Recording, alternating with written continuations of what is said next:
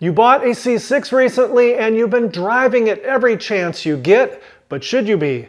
Now, depending on which year the C6 is, it could be between 13 and 20 years old, and unless you hit the jackpot and bought one of those one-owner unicorn cars from an owner that methodically kept every single maintenance record and receipt, chances are you really don't know which maintenance items have been taken care of and which ones haven't. Now, I don't want to be a negative Nelly, but unfortunately this is pretty much true even if you bought your C6 from a GM dealership that says that they reconditioned your C6 and completed a 100-point maintenance check. Most used car departments are tasked with spending the least amount of money possible getting the used cars ready for sale and then selling them for the highest possible price. As far as checks and maintenance items go, most used car sellers will only take care of things that make the car more appealing, like washing and detailing it, and perhaps they'll even change the oil and filter because there's still a fair number of people that will pull the dipstick and take a look. To be fair, some dealers out there will take care of some maintenance items, but probably only if they deem them to be a safety concern, things like bald tires, loose suspension parts, and brakes. So whenever I buy a used Corvette, unless I have some solid evidence that certain work has been performed, I tend to assume that none of the maintenance activities have been taken care of, including the oil and filter, and so I generally start from scratch. This happens to be one of the most common questions I get. Toys for Life, I just bought a new Corvette. What maintenance items do I need to take care of? And so when I get this question, most of the time I just provide a list of things that I deem to be the most important to the least important. So let's walk through that list just in case you happen to be in this boat or you're just curious. Toys for Life. Of course, safety is number one, and we need to make sure that the brakes are in good operating condition. Fortunately, most owners have a pretty good idea if their brakes seem to be operating normal or not. If there's any doubt, have a mechanic take the C6 for a test drive to make sure, and it's always a good idea to put the C6 up on the lift for a thorough inspection of the brake hoses, the pads, the rotors, and the calipers. Item number 2 on the list is to check all of the fluids. If you're driving your C6 and you don't know for sure that all of the various fluids are topped off, it is entirely possible that you could severely damage one or more of the components that could have been easily prevented. And by the way, so that you're aware, some of the systems will illuminate a low fluid level light on your gauge cluster when they're low, and other systems that are kind of important, like your transmission or rear differential, will not.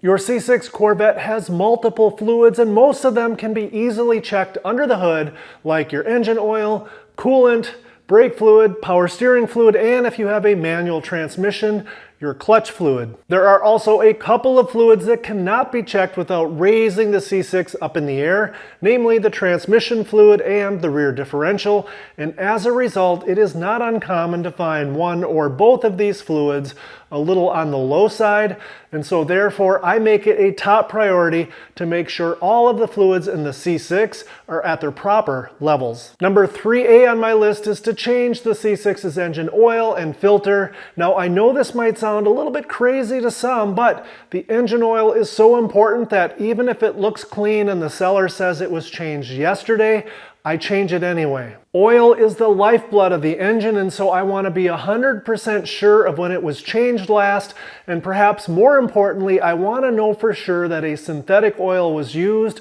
with a decent quality filter. People always want to know and argue about which brand of oil and filter are best, and I think the truth is, nobody knows for sure. That having been said, I believe most Corvette owners use Mobil 1 synthetic oil and either AC Delco or another quality filter, and for most owners, that works out just fine. Item number 3B on the list is to check the C6's air filter or filters, depending on which year C6 you have. It's super quick, it's easy, and it's inexpensive to replace if need be. Most of the time, I find that the air filter is clean and doesn't need to be changed. But if you live in the Southwest United States or the previous owners have neglected the air filter, you might find one that's a bit nasty. Item number 3C is to check on the age of the C6's tires. It is not uncommon to find really old tires on these cars. especially if they have low miles. Pretty much all modern sports car tires have a date code stamped in the sidewall. It's a 4-digit code that tells you the month and the year the tire was made, and so that's absolutely worth checking out at the same time you're inspecting the tread. Consider replacing your tires if they're worn unevenly, if they're worn down to the wear bars, if there's any signs of damage, or if they're 7 to 10 years old, and even less than that if you typically will track your car once in a while or you just like to drive aggressively.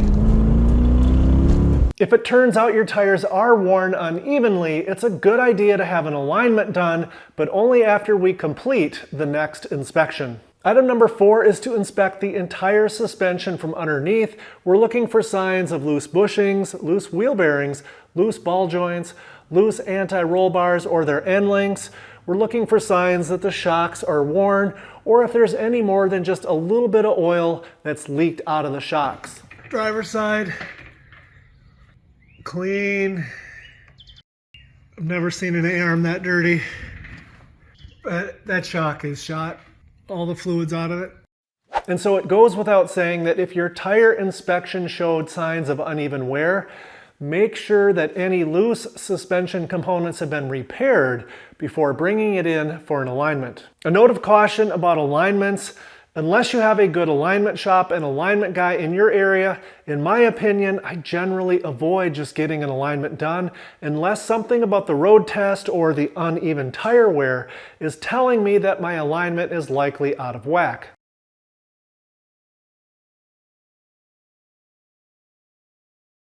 If you decide that an alignment is necessary, talk to other performance enthusiasts in the area and find out which shops are known for quality work.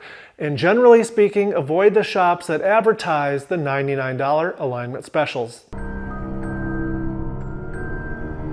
Item number 5, unfortunately similar to C5 Corvettes, C6s are known to also need harmonic balancer replacements. Therefore, I always inspect the harmonic balancers closely, looking for any signs of separation or deterioration. And if I don't see anything obvious, I will paint a white line across the face of the balancer and monitor it over the next weeks and months, looking for signs of separation of the outer rings relationship with that inner hub. That makes it a lot easier to check for any signs of movement, and if there is, that means the harmonic balancer needs to be replaced. Item number 6, while we are under the hood of the C6, always inspect the hoses and belts for any signs of cracks, glazing on the belts, bulges on the hoses or leaks from the hoses, any other wear or deterioration, and if in doubt, replace the part in question. Item number 7 would be to bleed all 4 of the brakes and then also use a scan tool to perform an automated anti-lock brake system bleed, and this will accomplish 2 things. Number 1, it will replace all of that 13 to 20-year-old dark, nasty brake fluid that has likely absorbed quite a bit of moisture and replace it with new, fresh, clear, clean brake fluid. And second, just by performing the scan tool assisted automated brake bleed, it exercises the ABS pump and all of the solenoids,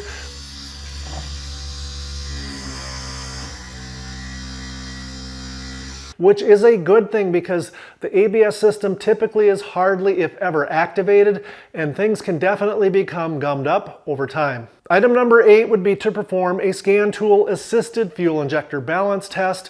The injectors in these cars have fired hundreds of thousands of times over the years, and there may have been extended periods of time where the C6 has sat sometime in its history, and that can cause the fuel to deteriorate at every point in the fuel system. All of these factors together, plus the fact that our C6s are a decade plus old, can lead to one or more of the fuel injectors becoming clogged, which could lead to a cylinder running lean. A cylinder that's running lean can cause misfires, and that leads to an annoyingly rough idle.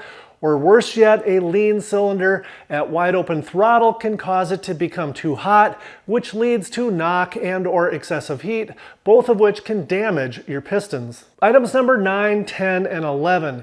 Instead of just checking your transmission and differential fluid, instead I would go ahead and change those fluids out, and if you have an automatic transmission, its filter as well. To me, this is regardless of how many miles the C6 has on it since it left the factory, and that's because a lot of things can happen to a C6 in 13 to 20 years. If at any time in its history the C6 was exposed to high levels of water, there could be moisture in the transmission and or the differential, and if there is, I would want it out as soon as possible. There could also be metal chunks or small flakes of metal in the fluid that you drain that might indicate mechanical damage in the transmission or the differential, and if there is mechanical damage, you want to know about that as soon as possible, because if the differential or the transmission needs to replace, there is a material core charge that you have to pay in addition to having the unit replaced. And if your core is damaged beyond repair, you don't get that core money back. Item number 12, I'd go ahead and change the engine's coolant. In addition to keeping the engine cool and the coolant from freezing in the winter, Dex Cool also prevents corrosion inside the engine, so there are 3 reasons changing it is a good idea. Item number 13 is to do a partial change of the power steering fluid.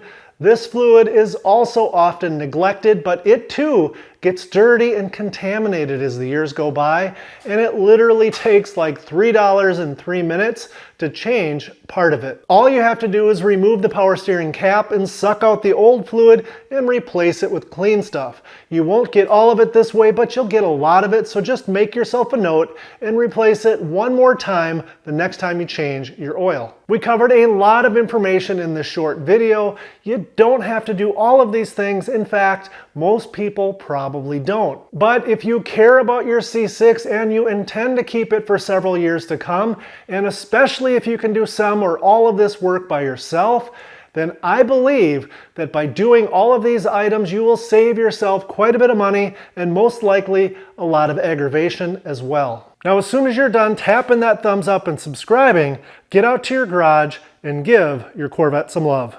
Thanks for watching.